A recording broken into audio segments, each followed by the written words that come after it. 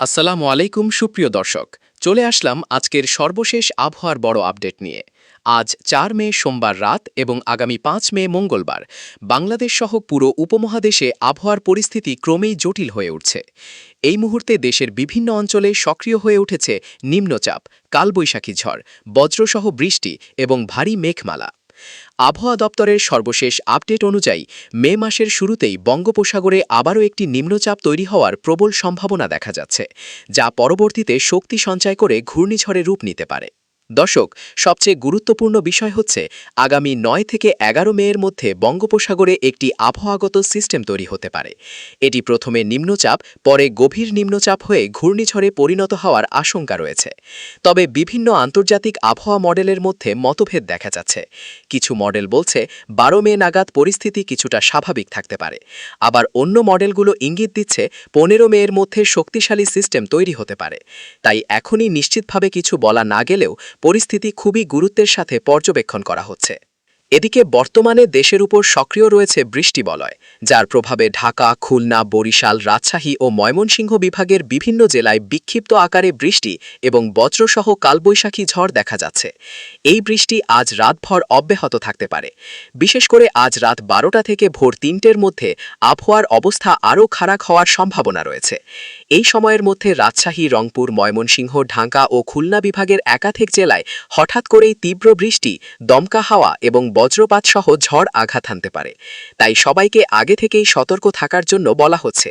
আজ রাতের মধ্যে যেসব এলাকায় কালবৈশাখী ঝড়ের সম্ভাবনা রয়েছে সেগুলোর মধ্যে রয়েছে মাদারীপুর, কিশোরগঞ্জ, পাবনা, রাজশাহী, বগুড়া, সিরাজগঞ্জ, জামালপুর, ময়মনসিংহ সহ আশেপাশের অঞ্চল। এছাড়া দক্ষিণাঞ্চলের বরিশাল, পিরোজপুর, নোয়াখালী, হাতিয়া, সন্দ্বীপ ও কুমিল্লা অঞ্চলেও বিক্ষিপ্তভাবে বজ্রসহ ঝড়ো হাওয়া ও মাঝারি থেকে ভারী বৃষ্টিপাত হতে পারে। ইতিমধ্যে দেশের কিছু স্থানে এই ঝড় ও বৃষ্টি শুরু হয়ে গেছে এবং তা রাত পর্যন্ত অব্যাহত থাকতে পারে। ভারতের বিহার অঞ্চলে তৈরি হওয়া ভারী মেঘমালাও ধীরে ধীরে বাংলাদেশের দিকে অগ্রসর হচ্ছে, যার প্রভাবে আজ গভীর রাতে রংপুর ও রাজশাহী বিভাগের উপর অতিরিক্ত বৃষ্টিপাতের সম্ভাবনা তৈরি হয়েছে। ফলে উত্তরাঞ্চলের আবহাওয়া আরও অস্থির হয়ে উঠতে পারে। কৃষকদের জন্য গুরুত্বপূর্ণ একটি বার্তা রয়েছে। গত কয়েকদিনের টানা বৃষ্টিতে অনেক স্থানে পাকা ধান পানির নিচে তলিয়ে গেছে। তবে আবহাওয়ার পূর্বাভাস অনুযায়ী আগামী কয়েকদিন টানা ভারী বৃষ্টির সম্ভাবনা তুলনামূলকভাবে কম। তাই যাদের মাঠে পাকা ধান রয়েছে তারা দ্রুত ধান কেটে নিরাপদ স্থানে তুলে ফেলতে পারেন।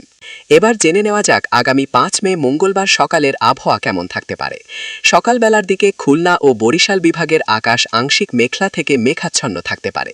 এই সময় সাতক্ষীরা, শ্যামনগর, পিরোজপুর, বরিশাল ও লালমোহন সহ আশেপাশের এলাকায় বিক্ষিপ্তভাবে বৃষ্টি বা বজ্রসহ বৃষ্টিপাত হতে পারে। পাশাপাশি ঢাকা, ফরিদপুর, গাজীপুর ও আশেপাশের এলাকাতেও আকাশ মেঘলা থাকতে পারে। সিলেট বিভাগের জৈন্তাপুর, কানাইঘাট ও মৌলভীবাজার অঞ্চলেও কোথাও কোথাও বৃষ্টি হতে পারে।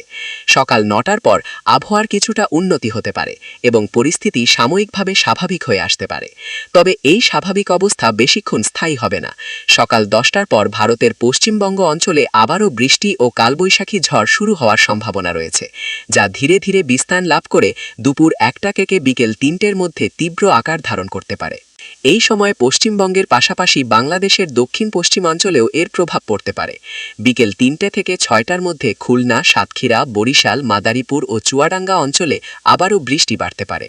বজ্রসহ বৃষ্টি এবং দমকা হাওয়ার সম্ভাবনা রয়েছে। বিকেল ৫টা থেকে রাত পর্যন্ত দেশের বিভিন্ন অঞ্চলে বিক্ষিপ্তভাবে কালবৈশাখী ঝড় হতে পারে। বিশেষ করে ঢাকা, রাজশাহী, খুলনা ও বরিশাল বিভাগের কিছু এলাকায় ঝড়ের আশঙ্কা রয়েছে। এরপর রাত ১০টার পর আবারও উত্তরাঞ্চলের দিকে বৃষ্টির প্রবণতা বাড়তে পারে। রাত ১১টার দিকে রংপুর, ঠাকুরগাঁও, পঞ্চগড়, তেঁতুলিয়া, ময়মনসিংহ, জামালপুর ও সিলেট বিভাগের কিছু এলাকায় বজ্রসহ বৃষ্টিপাত হতে পারে। এবার ৬ মে বুধবারের পূর্বাভাস সম্পর্কে সংক্ষেপে জানিয়ে দিই। বুধবার সকালের দিকে ময়মনসিংহ, জামালপুর, কিশোরগঞ্জ, সিলেট ও মৌলভীবাজার অঞ্চলে কোথাও কোথাও ভারী বৃষ্টিপাত হতে পারে। এরপর ধীরে ধীরে আবহাওয়ার উন্নতি হওয়ার সম্ভাবনা রয়েছে। সবশেষে গুরুত্বপূর্ণ সতর্কবার্তা। বজ্রপাতের সময় খোলা জায়গায় অবস্থান করবেন না, গাছের নিচে আশ্রয় নেবেন না এবং অপ্রয়োজনে বাইরে বেরোয়া থেকে বিরত থাকুন।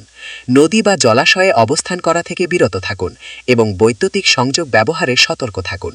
দর্শক, আবহাওয়ার পরিস্থিতি দ্রুত পরিবর্তনশীল।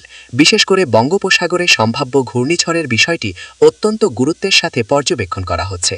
তাই নিয়মিত আপডেট পেতে আমাদের সাথে থাকুন। আপনি কোন জেলা থেকে আমাদের এই আবহাওয়ার খবরটি দেখছেন অবশ্যই কমেন্ট করে জানাবেন এবং সবার আগে সর্বশেষ আবহাওয়ার আপডেট পেতে আমাদের চ্যানেলটি সাবস্ক্রাইব করে রাখুন।